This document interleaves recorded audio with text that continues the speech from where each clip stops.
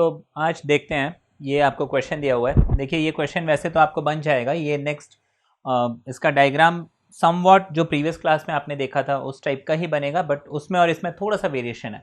आपको बोला man standing on the deck of a ship, ठीक है, which is 10 metre above water level. Okay, तो सपोज ये वाटर लेवल है और जैसे कि शिप का ये डेक है और इसकी हाइट हमें दी हुई 10 मीटर्स। आपको बोला है कि man is standing on the deck of a ship which is 10 metre above water level, he observes the angle of elevation of top of a hill. अब यहाँ से वो क्या कर रहा है, एक हिल को देख रहा है, ये हिल है। अब इस हिल के टॉप को वो देख रहा है, ठीक है, तो एंगल ऑफ एलिवेशन उसे कितना मिल रहा है, 60, ठीक है। He observes the angle of elevation of top of the hill as 60 and the angle of depression of base of the hill as 30. यहीं से जब उस हिल के बेस को देख रहा है, ये लाइन ऑफ ओरिजिन हो गया, तो दिस इज 30 डिग्री, ठीक है। Calculate the distance of the hill from the ship and the height of the हिल, ये क्वेश्चन है। अच्छा, जो प्रीवियस क्लास में हमने क्वेश्चन देखा था वहाँ पे क्या हो रहा था कि किसी हाइट पे खड़ा है, वो किसी क्लाउड को देख रहा है और उस क्लाउड के रिफ्लेक्शन को देख रहा है पानी के अंदर, इस टाइप का क्वेश्चन था। लेकिन यहाँ पे वो जैसे कि ये वाटर लेवल है और वाटर लेवल पे ये हिल है, तो उस हिल के टॉप और बॉटम को देख रहा है। इतना वेरिएशन है इस क्वेश्चन में। बाकी डायग्राम देखिए ऑलमोस्ट वही बना, हाँ उसमें थोड़ा सा और नीचे जाता था और ये डिस्टेंस इक्वल होता था, फिर हम उसमें जैसे कि निकालते थे। इसमें भी वैसे ही कुछ करेंगे, बट इसमें कंपैरेटिवली ये कंपैरेटिवली उससे ईजियर है ना। आपने अगर वो क्वेश्चन समझ लिया तो ये तो बन ही जाएगा आपको। अब देखिए इसमें मुझे क्या करना है, हाइट ऑफ द हिल भी निकालना है और distance of the ship and the हिल भी निकालना है। तो यहाँ पे हम सबसे पहले तो उसको नेम कर देते हैं randomly, A, let's say this is B, let's say this is C, let's say this is D and this point B E. मुझे ये 10 मीटर्स दिया हुआ है, ऑब्वियसली ये जो सी डी है ये भी 10 मीटर्स होना चाहिए। अब ये 10 मीटर्स है, ये ट्राइंगल हम देखते हैं ए डी सी। देखिए इसमें दो ट्राइंगल मेरे पास, एक तो ए सी डी और एक ए सी बी, और दोनों में कॉमन जो है वो ये साइड है, राइट। और अगर मैंने ये साइड निकाल लिया, ये साइड निकाल लिया, तो ये आ गया, that means distance between them, ठीक है। तो मैं क्या करता हूँ कि कोई भी एक ट्राइंगल ले लेता हूँ।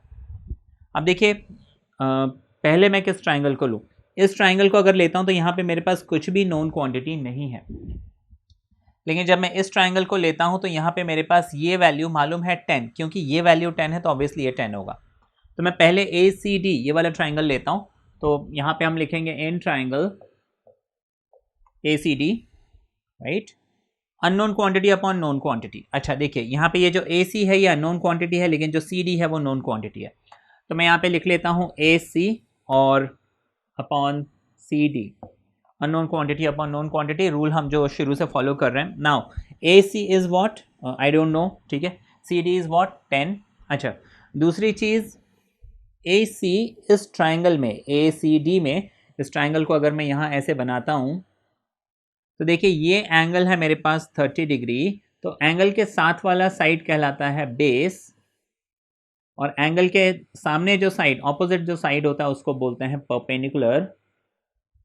तो बेस है ना, A C is what, base, and C D is what, perpendicular. तो ये हो गया बेस अपॉन परपेंडिकुलर, ठीक है। बेस अपॉन परपेंडिकुलर का मतलब हो गया कॉट थीटा, यानी कि कॉट ऑफ, सॉरी कॉस लिख दिया मैंने गलती से, कॉट 30 डिग्री, राइट, कॉट 30 हमें मिल गया। अच्छा ए सी मुझे मालूम नहीं है, अपॉन सी डी मेरे पास है 10 इज इक्वल टू है कॉट 30, तो ए सी हमें कितना मिल जाएगा, 10 टाइम्स कॉट 30 डिग्री। कॉट 30 कितना होता है, √3, तो ए सी मुझे 10√3 मिल गया। अब A C is equal to E D, A C is equal to E D मतलब ये भी हमें मिल जाएगा 10√3 मीटर्स, मतलब distance between ship and the hill is 10√3 metres. तो ये एक पोर्शन तो हमने कर लिया। अब हमें क्या करना है, हाइट ऑफ द हिल निकालना है। हाइट ऑफ द हिल निकालने के लिए हम क्या करेंगे, तो हाइट ऑफ द हिल निकालने के लिए देखिए पहले तो इतना पोर्शन तो मुझे मालूम है 10, इतना पोर्शन और निकालना है। तो मैं ट्राइंगल ए सी डी या ए बी सी ले लेता हूँ। अब देखिए इस ट्राइंगल ए बी सी में मैं इस ट्राइंगल को यहाँ पे दोबारा बना भी लेता हूँ, समझने में थोड़ा इजी हो जाएगा। नाउ दिस इज 60 डिग्री, ठीक है, this is A B and C. ये तो मुझे पता चल गया 10√3, ठीक है, ये मुझे पता नहीं है। तो रूल क्या है, unknown quantity upon known quantity. Unknown quantity को मैं ऊपर रख लेता हूँ, नॉन क्वांटिटी को मैं नीचे रख लेता हूँ। अब मैं देखता हूँ कौन सा रेशो बन रहा है। एंगल के सामने वाला साइड है परपेंडिकुलर, एंगल के साथ वाला साइड है बेस, तो P upon B, perpendicular upon base, यानी कि tan। एंगल कितना है 60, तो ये हम लिख लेंगे tan ऑफ 60, ठीक है, tan ऑफ 60। तो मुझे B C is equal to A C tan 60 मिल जाएगा ना। व्हाट इज ए सी? ए सी हमने कितना निकाला, ए सी हमने निकाला 10√3, ये हो जाएगा 10√3 इंटू tan ऑफ 60, ठीक है। tan 60 कितना होता है, tan 60 इज √3, ठीक है, tan 60 या √3, तो ये हो जाएगा 10√3 हो जाएगा 3, तो 10 3 is 30 मीटर्स। तो अब देखिए इस ट्राइंगल में मुझे ये बी सी मिल गया 30 मीटर्स और सी डी मेरे पास है 10 मीटर्स। मुझे टोटल बी डी निकालना है, height of hill is equal to BC, this portion, plus CD. Now BC is what, 30, and CD is what, 10, and that comes out to be 40 meters. ठीक है ना, ये question जल्दी भी हो गया, कंपैरेटिवली इजी था। तो डायग्राम समवॉट वैसा ही बन रहा है, बहुत इजी क्वेश्चन है, समझ में आ गया ये। तो ये क्वेश्चन है आपके लिए, इसी फॉर्मेट पे है। देखिए आपको बोला है कि from a window 15 metres high above the ground in a street, ठीक है, the angles of elevation and depression of the top and the foot of another house on the opposite side of the street are 30 degrees and 45 degrees respectively. Show that the height of the opposite house is 23.66 meters, जहाँ पे √3 की value आपको 1.732 दी हुई है, ठीक है। तो ये क्वेश्चन जो अभी क्वेश्चन किया था एग्जैक्टली उसी फॉर्मेट का है, ये आप लोग को बन जाएगा। तो ये देखते हैं, ये नेक्स्ट क्वेश्चन दिया हुआ है। आपको बोला था horizontal distance between two towers is 140। तो देखिए दो टावर हैं, एक टावर ये है, एक टावर ये है, और दोनों के बीच का जो डिस्टेंस है वो 140 दिया हुआ है, ठीक है, 140 metres. The angle of elevation of top of the first tower when seen from the top of the second tower. अब देखिए यहाँ पे ये जो इसकी लैंग्वेज है ना, इसमें बहुत लोग कंफ्यूज हो जाते हैं। कैसे? आपको बोला है कि फर्स्ट टावर सेकेंड टावर, अब फर्स्ट किसको लें सेकेंड किसको लें सॉरी, तो फर्स्ट किसको लें सेकेंड किसको लें, ये बड़ा कंफ्यूजन रहता है ना। अब देखिए इसको मैं एक बार सीधा सीधा रीड करता हूँ। The angle of elevation of top of the first tower when seen from the top of the second tower is 30, and if the height of the second tower is 60, find the height of the first tower, ठीक है। First second बड़ा confusion हो गया। तो समझ में कैसे आए ये फर्स्ट टावर है कि वो फर्स्ट टावर है। अब देखिए दोनों टावर के हाइट में कुछ ना कुछ डिफरेंस है, क्योंकि आपको क्या बोला, the angle of elevation of top of the first tower when seen from second, है ना। अब अगर मैं एक टावर पे खड़े होकर दूसरे टावर को देखता हूँ, मुझे या तो सिर ऊपर या तो सिर नीचे करना पड़ रहा है, दैट मीन्स दोनों की हाइट डिफरेंट है। अगर दोनों की हाइट सेम है तो फिर मैं सेम लेवल पे देखूंगा। अब अगर मैं सिर ऊपर करके देख रहा हूँ मतलब दूसरा टावर ऊंचा है, सिर नीचे करके देख रहा हूँ मतलब दूसरा टावर छोटा है। अच्छा, सिर ऊपर कर रहा हूँ उसको बोलते हैं एलिवेशन, सिर नीचे कर रहा हूँ उसको बोलते हैं डिप्रेशन। अब यहाँ पे क्या बोला, द एंगल ऑफ एलिवेशन, है ना। इसका मतलब कि क्योंकि इस टावर पे अगर मैं खड़ा हूँ तो मैं इसको सिर ऊपर करके देखूंगा, दैट मीन्स ये जो है मेरा, है ना, ये हो गया। एंगल ऑफ एलिवेशन कितना हमें दिया हुआ है 30, हाँ 30 डिग्री, तो इसको हम ले लेंगे 30 डिग्री, ठीक। अच्छा, अब इसमें ना angle of elevation of top of the first tower when seen from the top of the second tower, है ना। तो ये हो गया सेकेंड टावर, क्योंकि सेकेंड टावर से मैं फर्स्ट को देख रहा हूं, ठीक है। तो ये हो गया फर्स्ट टावर। अच्छा, अब आपको क्या बोला है, if the height of the second tower, है ना, ऑब्वियसली वो सेकेंड है तो ये पूरा क्या हो गया, फर्स्ट टावर। ठीक है, समझ में है कैसे आइडेंटिफाई किया। जिस टावर पे मैं खड़ा हूं उससे अगर एलिवेशन मतलब वो टावर छोटा है तो फिर छोटे वाले को मैं क्या करूंगा, अकॉर्डिंग टू क्वेश्चन ले लूंगा, है ना। जैसे आपको बोला angle of elevation of top of the first tower, माना फर्स्ट टावर को मुझे सिर उठा के देखना पड़ रहा है, मतलब फर्स्ट टावर ऊंचा हुआ, ठीक है, तो ये हो गया। अच्छा, उसके बाद the height of the second tower, second tower ये है, सेकेंड टावर की हाइट कितनी दी है, 60 मीटर्स। ठीक है, अब आपको बोला find the height of the first tower, मतलब मुझे इस टावर की हाइट निकालनी है। ये हमारा क्वेश्चन है जिसका डायग्राम हमने ऐसे बनाया। ये क्वेश्चन सिंपल था लेकिन इसमें सिर्फ इसकी जो वर्डिंग है उसमें कंफ्यूजन होता है कई बार, इस वजह से मैंने ये क्वेश्चन उठाया।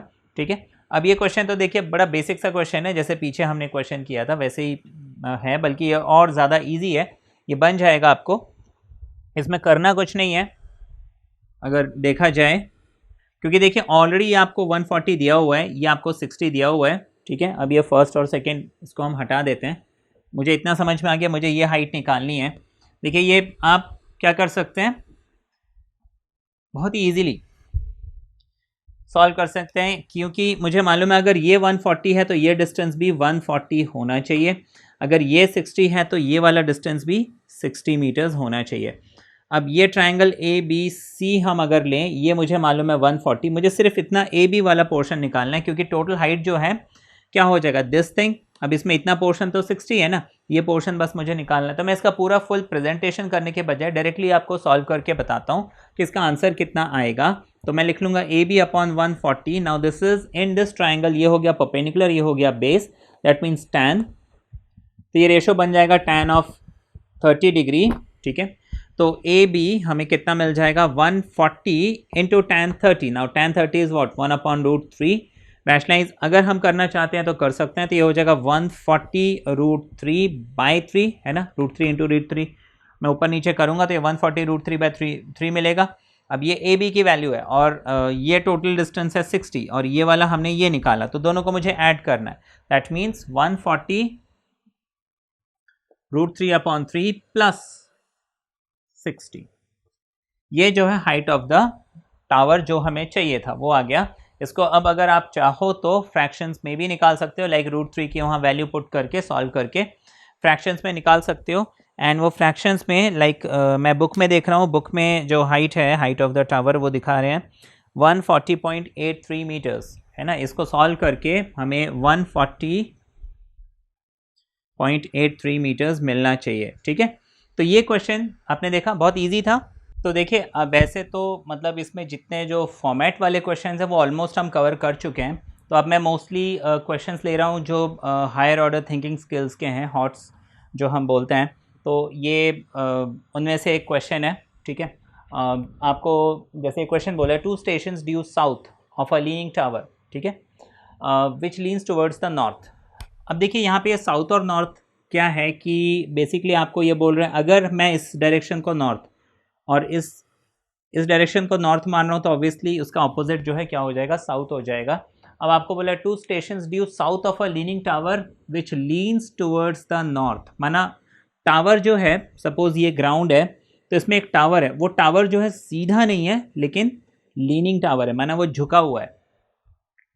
ठीक है ना, तो आपको बोला है कि ये जो लीनिंग टावर है, हाँ, ये नॉर्थ की तरफ झुका है और इसके साउथ की तरफ, अब देखिए ऑब्वियसली नॉर्थ की तरफ झुका है ये टावर, तो इसके साउथ की तरफ जैसे ये हो गया, यहाँ पे 2 स्टेशंस है ना, 2 स्टेशंस ड्यू साउथ का मतलब है वो नॉर्थ की तरफ टावर झुका और इसके साउथ में हमारे पास 2 स्टेशन है। सपोज ये 2 स्टेशन होगा, मैं थोड़ा सा आगे बना लेता हूँ, ये हो गया स्टेशन, है ना। अब आपको बोला है are at distances A and B from its foot. अब यहाँ पे देखिए ये स्टेशन ए है और ये स्टेशन ए का इस टावर के फुट से डिस्टेंस है स्मॉल ए। इस स्टेशन को अगर मैं बी मानता हूँ तो इसी टावर के फुट से यहाँ तक का जो डिस्टेंस है ना, ये बी है, इतना डिस्टेंस बी नहीं है, इस चीज़ का ध्यान रखना। क्वेश्चन हम ध्यान से पढ़ते हैं, the distances are at distances A and B from its foot. ठीक है, माना ये जो 2 स्टेशन है वो इसके फुट से ए डिस्टेंस पे और इसी के फुट से बी डिस्टेंस पे है, इसका ये मतलब है। ठीक है, ये कंफ्यूजन मत रखना अपने दिमाग में। अच्छा, if alpha and beta be the elevation of top of the tower, ठीक है, फ्रॉम दीज स्टेशंस, ठीक है, मतलब इस ए स्टेशन से जब मैं इस टावर के टॉप को देखता हूं तो मुझे एलिवेशन मिलता है अल्फा, और इसी टावर के टॉप को जब बी स्टेशन से देखता हूं तो ये एलिवेशन मुझे मिलता है बीटा। डायग्राम थोड़ा सा टेढ़ा मेढ़ा हो गया, बट नेवर माइंड, आप कॉन्सेप्ट को समझने की कोशिश कीजिए। आपको बोला alpha and beta be the elevation of top of the tower from the station, prove that the inclination theta two the horizontal. अब ये टावर है, ये हॉरिजॉन्टल के साथ इंक्लाइंड है एट एन एंगल थीटा, तो आपको प्रूव करना है कि ये जो थीटा इंक्लिनेशन है ना वो कैसे दिया जाएगा, मतलब वो थीटा कितना है, वो थीटा ऐसे है कि उसका जो कॉट है ना वो हो जाएगा B cot alpha minus A cot beta upon B minus A. तो ये हमें प्रूव करना है। अब क्वेश्चन हमने समझ लिया, तो मैं क्या करता हूँ, यहाँ से एक वर्टिकल लाइन ड्रॉप करता हूँ, परपेंडिकुलर ड्रॉप करता हूँ, और इस ट्राइंगल को मैं नेमिंग कर देता हूँ। ए और बी तो हो गया, let's say this point is C, let's say this point is D, and let's say height of this tower be H, और ये जो ए स्टेशन है यहाँ से लेके यहाँ तक का जो डिस्टेंस, ये जो इतना डिस्टेंस है इसको मैंने ले लिया एक्स, राइट। अब देखिए हम इस क्वेश्चन को करेंगे कैसे। तो देखिए अब ये क्वेश्चन हमें करना है, तो इसको कैसे करेंगे। ये ए है, ये बी है, ये सी, ये डी। अब इस पॉइंट को मैंने कुछ नाम नहीं दिया, सॉरी, तो इसको हम ई ले लेते हैं। अब देखिए ये ट्राइंगल ई सी डी है, ठीक है ना, तो ये मैं दिया हुआ है, ठीक है। अच्छा, ये मैंने लिख रखा है क्योंकि cot theta B cot alpha minus A cot beta upon B minus A, ये हमें प्रूव करना है। तो मैं एक काम करता हूँ, आप इसको जस्ट ध्यान रखिएगा, मैं इसको रब कर देता हूँ, फिर बाद में हम इसे क्या करेंगे, प्रूव जब करेंगे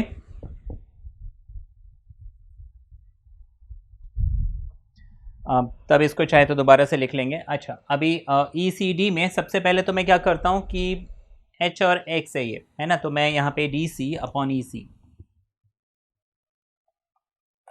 ये निकालता हूँ, ये हो जाएगा h अपॉन एक्स, ये हो जाएगा tan थीटा, ठीक है। तो h मुझे मिल जाएगा x tan थीटा, इतना समझ में आ गया, राइट। h मुझे मिल गया x tan theta.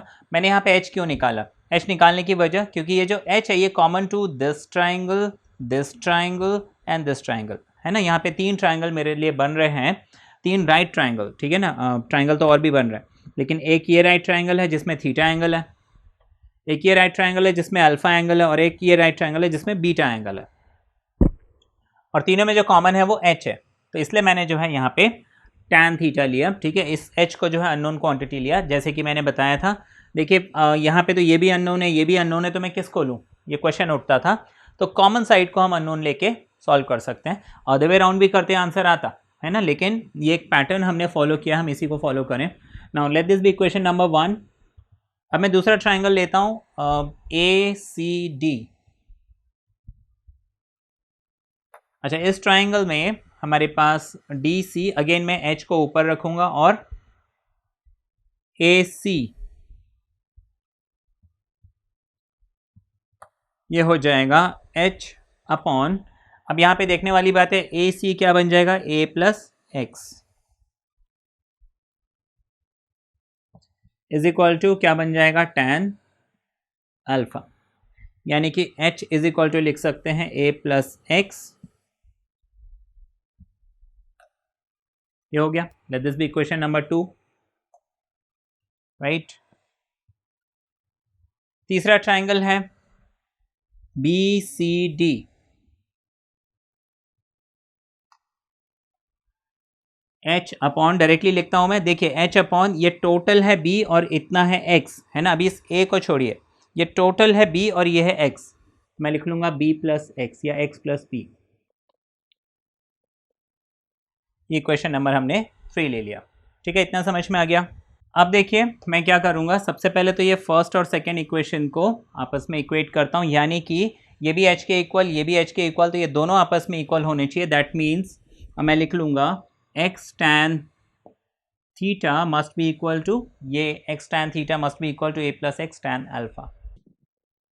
Bracket open करेंगे, ये हो जाएगा x tan theta is equal to A tan alpha plus x tan alpha. ठीक है, ये हो गया। अब इसके बाद हम क्या करेंगे, मैं इसको इक्वेट करता हूं। तो देखिए ये x वाला टर्म, ये x वाला टर्म एक तरफ ले लेते हैं, तो ये हो जाएगा x tan theta minus x tan alpha equals to a tan alpha. यहाँ पे x हम कॉमन ले लेंगे, सॉरी टैन थीटा है यहाँ पे टैन अल्फा है, which means x is what, a tan alpha upon, है ना, ये चीज़ उसके नीचे चले जाएगी। समझ में आ रहा है ना, हमने क्या किया, x वाले टर्म एक तरफ ले आए, x कॉमन लिया तो टैन थीटा बचा, टैन अल्फा बचा, उस तरफ ये बचा a टैन अल्फा। अब इसको मैं क्या कर रहा हूँ, उस तरफ ले जा रहा हूँ, माने इसके नीचे डिवाइड हो जाएगा। ठीक है, इतना समझ में आ गया। ओके, तो ये हमने x निकाल लिया, किससे, फर्स्ट इक्वेशन और सेकेंड इक्वेशन से। अब मैं फर्स्ट और थर्ड इक्वेशन को इक्वेट करके उससे भी x की वैल्यू निकालूंगा। ठीक है, उसके बाद इन दोनों x को जो है आपस में इक्वेट करूंगा। तो जैसे कि मैंने बोला फर्स्ट और थर्ड इक्वेशन को हमें इक्वेट करना था, तो मैं क्या करता हूँ, ये भी h के इक्वल, वो भी h के इक्वल, तो मैं x टैन थीटा को लिख लेता हूँ b plus x tan beta, bracket open करते हैं, ये मिल जाएगा। अब क्या करते हैं, ये x वाले टर्म जो है दोनों एक तरफ ले आते हैं। ठीक है, ये हो गया। ठीक है, x tan theta minus x tan beta is equal to B tan beta. अच्छा, यहाँ पे हम x कॉमन ले लेंगे तो ये हो जाएगा tan theta minus tan beta is equal to B tan beta. ठीक है, अब मैं x की वैल्यू यहाँ पे निकालता हूँ, तो x हो जाएगा मेरे पास b tan beta upon this thing, यानी कि tan theta minus tan beta. ठीक है, अच्छा मैंने x की वैल्यू ये निकाली थी, let this be equation number 4 and x की वैल्यू ये भी निकाली, let this be equation number 5। अब मैं इस 4 और 5 को आपस में इक्वेट करूँगा। ठीक है, ये क्वेश्चन थोड़ा सा लेंदी है बिकॉज इसमें हमें फाइनली क्या निकालना है, कॉट थीटा, है ना। तो इन दोनों को इक्वेट करके हम कॉट थीटा निकाल सकते हैं। तो इनिशियली मुझे कॉट थीटा लाना है, टैन थीटा लाना है, वो नहीं सोचना है, मुझे ये देखना है कि उसमें कॉमन क्या है। जैसे कि हमने देखा यहाँ पे कॉमन क्या था, हाइट, उससे हम इक्वेट करते करते करते करते हमें निकालना होगा। तो अब आगे मैं बताता हूँ। चलिए ये हो गया।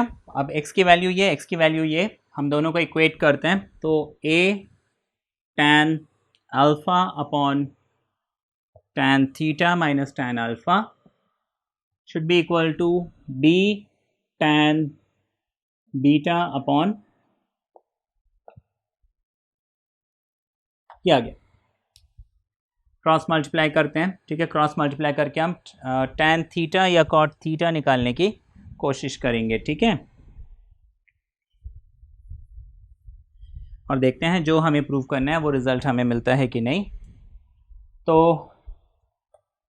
अब ये हो जाएगा a टैन अल्फा, यहाँ पे आ गया, ये इधर आ जाएगा,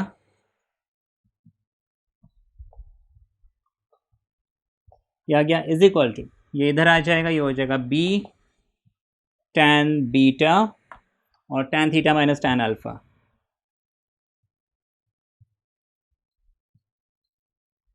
ठीक है, अब क्या किया जा सकता है, a tan alpha tan theta minus a tan alpha tan beta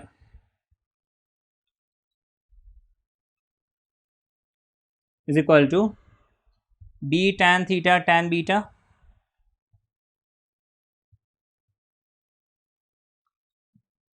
देखिए किसी भी ऑर्डर में लिखो, कोई फ़र्क नहीं पड़ता। ठीक है, बी टैन थीटा या बीटा पहले लिखना है, चलो बीटा पहले लिख लो और थीटा बाद में लिख लो, कन्फ्यूजन ही खत्म, है ना।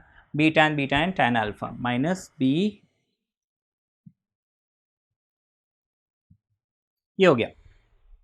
नाउ व्हाट, अब हम क्या करेंगे, जो थीटा वाले टर्म्स है, जैसे कि इसमें थीटा है और इसमें थीटा, ये एक साथ, और जो बिना थीटा वाली टर्म्स है वो दूसरी तरफ, तो इसको यहीं पे लिख लेते हैं। ठीक है ना, और ये जो है थीटा वाला टर्म ये दूसरी तरफ शिफ्ट होगा तो माइनस साइन आ जाएगा।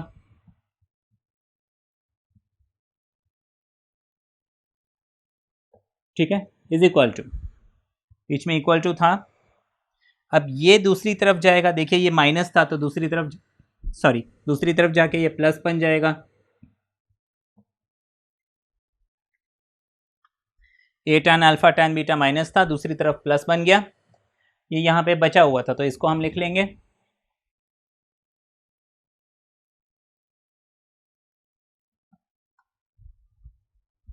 ऑलराइट, अब टैन थीटा कॉमन, तो टैन थीटा कॉमन ले लिया, ए टैन अल्फा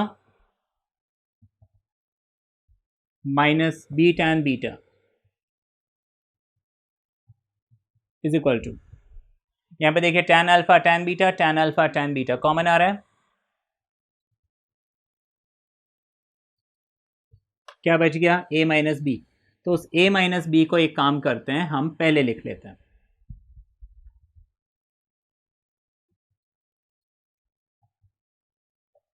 यहाँ पे ए बच रहा है और यहाँ पे बी बच रहा है। ठीक है, यहाँ तक तो समझ में आ गया, ऑलमोस्ट हो गया। अब देखिए टैन थीटा को मैं क्या लिख लूँगा, tan theta is equal to A minus B tan alpha tan beta upon ये पूरा।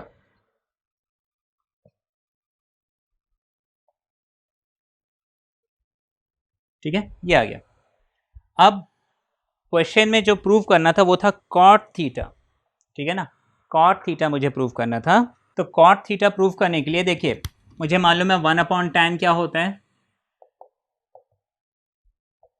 कॉट थीटा होता है ना, तो मतलब मुझे इसे क्या करना पड़ेगा, उल्टा करना पड़ेगा, ये tan थीटा अपॉन 1 है, उल्टा करूंगा तो 1/tan थीटा हो जाएगा। बात समझ में आई? हाँ, इसको मैंने उल्टा किया तो यहाँ भी मुझे उल्टा करना पड़ेगा, क्योंकि अगर ये दोनों इक्वल हैं इनके उल्टे भी तो इक्वल होंगे, मतलब यहाँ पे मुझे A tan alpha minus B tan beta upon A minus B tan alpha tan beta मिल जाएगा। ठीक है, इतना हो गया। अच्छा, 1/tan तो कॉट बन गया। अब जो मुझे प्रूव करना है उसमें क्या था, उसमें भी मेरे पास न्यूमरेटर में क्या था, कॉट था। ठीक है ना, तो मैं एक काम करता हूं, इनको मैं लिख लेता हूं ए अपॉन टैन अल्फा के बजाय कॉट अल्फा, इसको बी अपॉन, देखिए टैन बीटा के बजाय कॉट बीटा, और इसको a माइनस बी लिख के टैन अल्फा के बजाय 1/cot अल्फा 1/cot बीटा ऐसे लिख लेंगे। अब इसको देखिए, ये cot बीटा इधर आ जाएगा तो ये हो जाएगा a cot beta minus b cot alpha upon cot alpha cot beta, ये हो गया। अब देखिए यहाँ पे क्या हो रहा है, ये जो डिनोमिनेटर में ये है ना, क्या होता है जब भी फ्रैक्शन के नीचे फ्रैक्शन होता है तो नीचे वाला फ्रैक्शन क्या होता है, उल्टा हो जाता है। माना ये यहाँ पे ये सारा मल्टीप्लाई होगा तो क्या बन जाएगा मेरे पास, a minus B upon cot alpha cot beta बन जाएगा। ठीक है, तो इससे जब मैं मल्टीप्लाई करूंगा ना, इसको जब सॉल्व करके मल्टीप्लाई करूंगा ये उल्टा होके मल्टीप्लाई होगा, यानी कॉट अल्फा कॉट बीटा तो ऊपर आ गया और a माइनस बी जो है वो नीचे आ गया, तो cot alpha cot beta cancel, मेरे पास बच गया a cot beta minus B cot alpha upon a minus B. तो मेरे को बेसिकली कॉट थीटा क्या मिल गया, a cot beta minus B cot alpha upon a minus B. ठीक है, और जो हमें प्रूव करना था उस वो अदर वे राउंड था, है ना, मतलब मैं यहाँ पे क्या करूँगा, माइनस साइन कॉमन ले लूँगा, है ना, क्योंकि b cot alpha minus a cot beta हमें प्रूव करना था, तो और नीचे भी b माइनस ए प्रूव करना था, तो मैं न्यूमरेटर में माइनस साइन कॉमन लेता हूँ तो ये दोनों क्या अपनी जगह बदल लेंगे, है ना, ये बात मालूम है ना, a माइनस बी है, इसको मैं माइनस साइन बस कॉमन ले लूँ, दोनों अपनी जगह बदल लेंगे। तो मैंने क्या किया, माइनस साइन कॉमन लिया तो ये b कॉट अल्फा पहले आ गया और a कॉट बीटा बाद में आ गया। अच्छा, नीचे भी मैंने माइनस साइन कॉमन लिया तो a माइनस बी जो है वो b माइनस ए बन जाएगा, माइनस से माइनस कैंसिल, ये मुझे प्रूव करना था। ठीक है, ये हमारा फाइनल आंसर है।